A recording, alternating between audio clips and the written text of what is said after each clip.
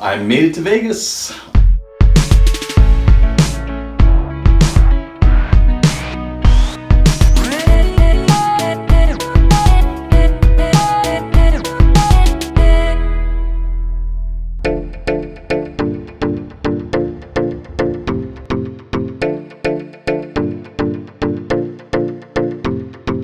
This is Thomas Tadlock. I just want to let you know I'm going to be flying right now to Las Vegas, Nevada, so I can teach the Millionaire Mind Intensive for the next 3 days, Friday through Sunday.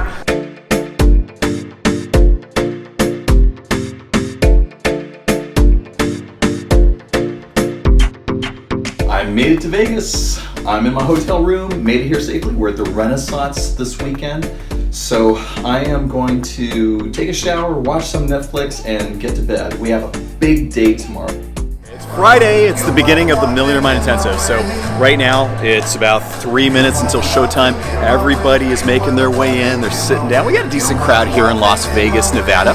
And so in just a few moments, my man Charlie is gonna go up there, he's gonna read my intro, I'm gonna go on stage, and we're gonna jam. I am so pumped up. All these people that are here today, I spoke to them in Vegas just a couple weeks ago at the National Achiever Conference over here, and that was right before Anthony Robbins came up on stage. So they are so pumped and ready to change their mindset this weekend. I'm gonna go get ready to get up on stage.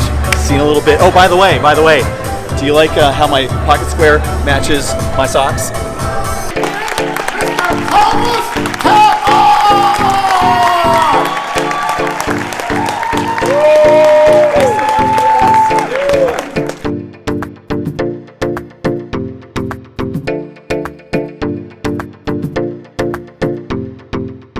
Well, we just finished the first section. Everybody's out on their first break. And the first section is just really for introductions. And I tell them my story, my background, and then I also kind of get a chance to get to know them, where they're coming from. Probably the most important lesson that I taught during this section actually came when I was talking about the schedule. The schedule is long. Like, our days start at 9 o'clock in the morning and they go until around up to 10 p.m. at night. And that's for 3 straight days. That's a heavy schedule for a lot of people. But it's what you got to do if you want to learn this information so that you can have a lot more in your life. And what a lot of unsuccessful people do is they get into a good enough type of routine or habit. They say, okay, the target's 10 o'clock, but if I make it to 8, then that's good enough. And that it doesn't work that way. It doesn't work in the success and financial world. It doesn't work in the healing world either. You got to complete everything. You got to finish what you start. I mean, so think about it. Like, where would your life be today if you actually completed every single thing that you ever set out to do? You'd probably have so much more in your life. And I think that's one of the biggest things that hold people back is they simply don't finish enough of the things that they start. So that's the big lesson. Successful people, what they do is they are aware where the finish line is, but they set their finish line way, way, way further beyond. So that way, if they come up short by their standards, they still won. They still created a victory.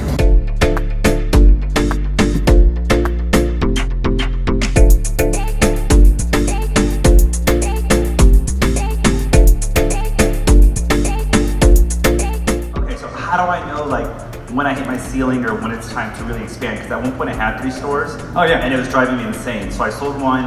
I actually letting my brother run one of them for me. Yeah. And I'm focusing on my main store. I mean, what the most fundamental thing you got to have in is you got to know how to put systems together. yeah, I agree. Because if you're going to do 2 stores or more, you can't be the one running back and forth from the stores. So you make your current store the model, get it fully systemized, so you don't even have to be there to work it, and then you've got a duplicatable business model that you can expand. That's what I do with my boot camp. So I nailed my first boot camp, got the thing fully operational, automatic, and then the second, third, fourth, fifth, sixth, it was effortless to launch those and get them running right out the gate. With passive income, you still have to manage it. Yep. And I think But it doesn't have to be you. I agree, and I think that's one of the things that I'm starting to learn is framing when you're feeding the big goose versus when you're feeding the goslings, because real estate is lovely until there's a hole in the roof, until your property management company fails you, until you're flying out to That Hawaii. might be your experience, it's not mine. Yeah, so that's what I think. That's the other thing is understanding how passive is passive, and then what vehicles are more passive. So you just need more skills. More skills, okay. Yeah, so if, let's talk about real estate for a second. Yeah. So real estate, if a fear for you is there's a hole in the roof, what you're trying to tell me is that all of a sudden your time is going to be all on this roof fix. Not mine. There's a hole in the roof, somebody else fixes that. My life doesn't change. The most work I do is I make a phone call or send an email. Done. Okay. Right? I mean, it doesn't have to be So as you hard as systemize it, and that's what it is. It's not systemized enough. That's right. Okay. That's exactly right. Does that make sense? Yeah, totally. Awesome. Give a round of applause. Nice job. So there's software, before we used to literally just handwrite people's attendance sheets, and then we got software to take care of all the billing and the check-in and everything like that. So that's a form of using technology to leverage and outsource at the same time. So some things that can be outsourced, you outsource. If it makes sense, if it makes number sense, and if it makes business sense, to do it. It's the morning of day 2. This is always an exciting day. It's one of my favorite days because day 1, we get through and identify all of the main blockages, like the core beliefs, the negative core beliefs that are holding people back from having more happiness, love, and success and money in their life. And today is the day that we get to do something about it. So today we're going to go through a process of reconditioning these beliefs. We're going to be using so many different exercises and processes to kind of attack the problem at a different angle, where the end result is hopefully, by the end of today, that the thoughts, the automatic thoughts that come up around taking advantage of opportunities, taking action towards having more in your life, and even the way you think about money, all of that should hopefully be dramatically changed.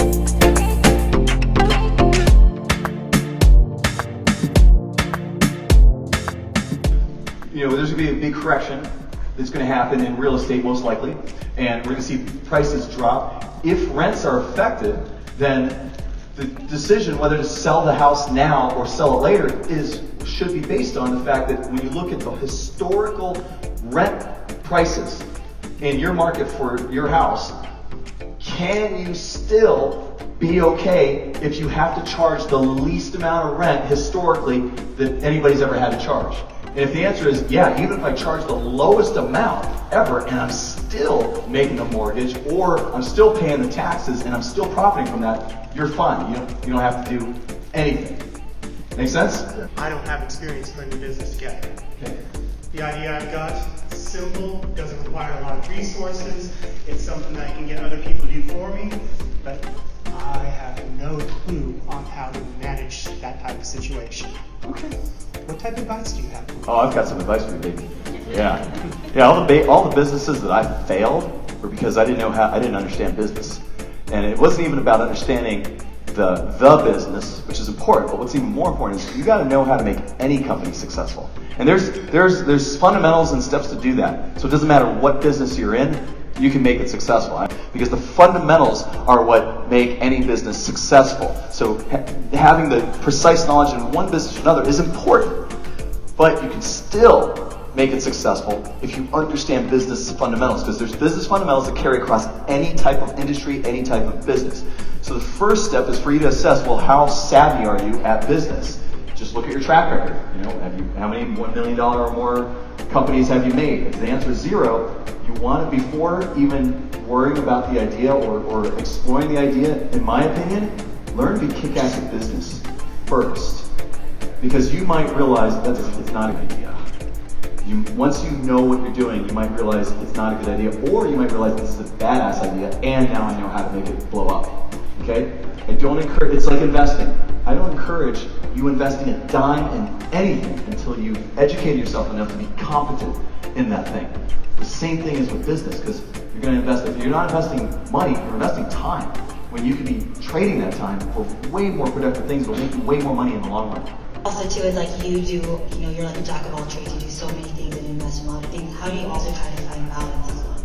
Because you can hire people to also manage your assets or companies and businesses, but how do you also find time? At the end of the day too, you're also responsible for your own and managing that as well. How do you find that balance? Well, systemization is like is the biggest key right there. So before I take on a new opportunity, I have to see, it has to make sense for me in a way that I can fully systemize it so I can get all my time back. So I know I'm going to be investing time to get anything started, but I have to know that I'm going to be able to stop within a certain period of time and get all of my time back and not have to worry about that thing anymore. So I'll only invest and do opportunities that either require zero time for me right from the very get-go, or requires a relatively short amount of time and I can get out and have it keep going without my time anymore. Okay, so everything I get has got to be passive. Everything's got to be passive. Yeah, because we're all limited on time. So my lifestyle would get worse if suddenly I've got the full time doing something new, or even if it's like an extra hour a day doing something. That sucks for me. That like I don't even do appointments with people or for any reason. I say call me, and if I pick up, I pick up, and if not, I'll call you back. But I don't do appointments because I am like now so spoiled. I've created my own spoiling of so much freedom that it's hard for me to go back, right? So it's got to be passive, or it's got to be something I can turn into passive. VIP Q&A is done. Now it's time for lunch. So what happened, it's going to be hit or miss. Sometimes we get these hotels that have amazing vegan food. Sometimes they don't, and I've got to basically stick with salad, which is perfectly fine. The most important thing that I'm looking for in my meals are the raw vegetables, because when I'm teaching these long 12-hour days, I got to keep my energy up, obviously. I got to keep my metabolism high. And so I'm telling you, raw vegetables is the way to go. So I'm going to basically eat as much salad, raw salad, as I can possibly stuff in my body, and then whatever other vegan food they have, I'm going to be able to eat. So let's see what we got here. We got some portobello mushrooms. I'm going to be all over that. And different types of lettuce, which is good. This is vegetarian, contains dairy. Yeah, so this is going to be another salad day, which is absolutely fine.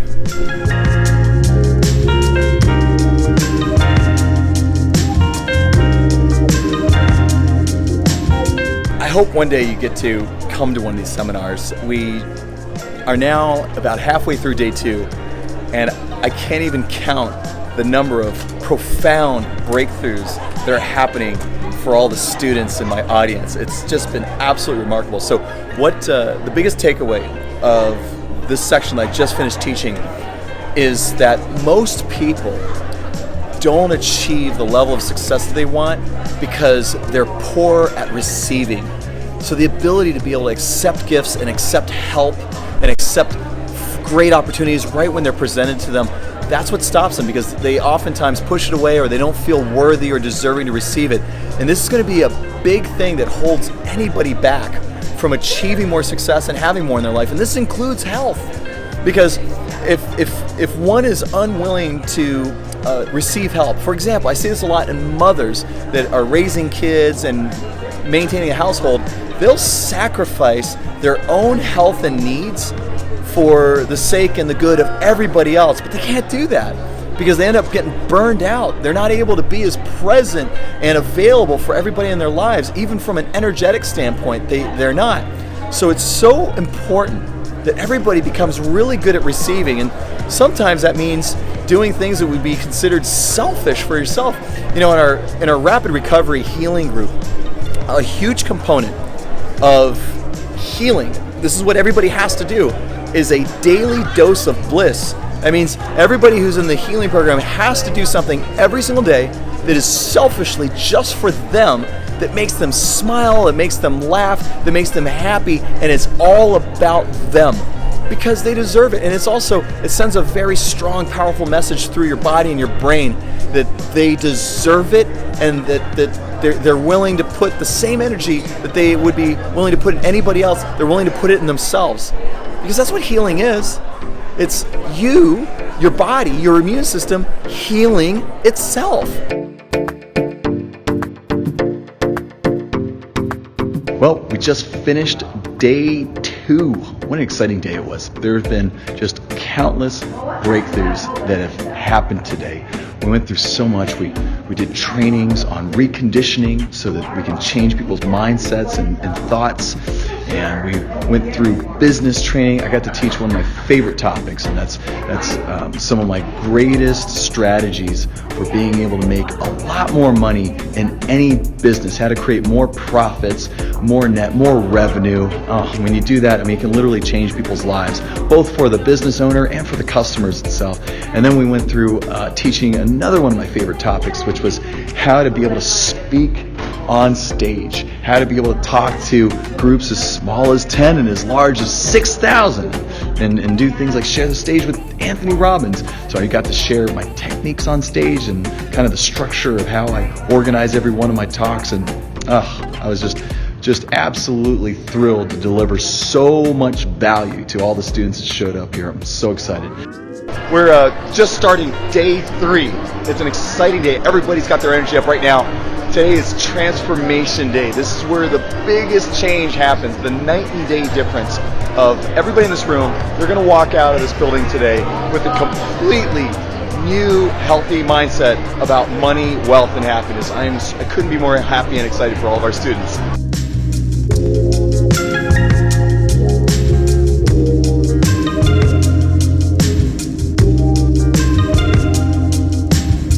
So we just let out another session. In this last segment, man, it was by far the deepest that we've done during this entire event. This is where we got in really deep, and we pulled out all of the relationships that are based around anger and money, all of the fear around money. We dug in really deep into people's pasts and gave them an opportunity to make amends with that. Because what happens is when people have incomplete communications or disagreements or negative issues or experiences around money, they carry that and drag that with them into every single action that they ever take around money, in the present, in the future as well. So for anybody who wants to get wealthy or financially free, they gotta get that out of their life. So that includes being able to reframe things and see those situations from maybe the other person's perspective, or being able to just forgive them. But that was a very special segment. Now the students are ready to focus on creating success, that they've got all that negative crap out of their lives. It's all over. 3 packed full days and countless lives were changed. Couldn't be more excited for everybody involved, everybody who participated at 100%. On the very last day, we had the biggest breakthroughs for everybody in the room. We did a test at the very end where they got to compare their thoughts and beliefs around money and wealth and striving to achieve wealth. And everybody in the room did a full 180 with their thoughts and beliefs. All the negative thoughts that they had when they walked in, they were all but eliminated. Couldn't be more proud of them. Well, now it's time to get back home to Houston, and we'll be back in 2 weeks to do it all over again.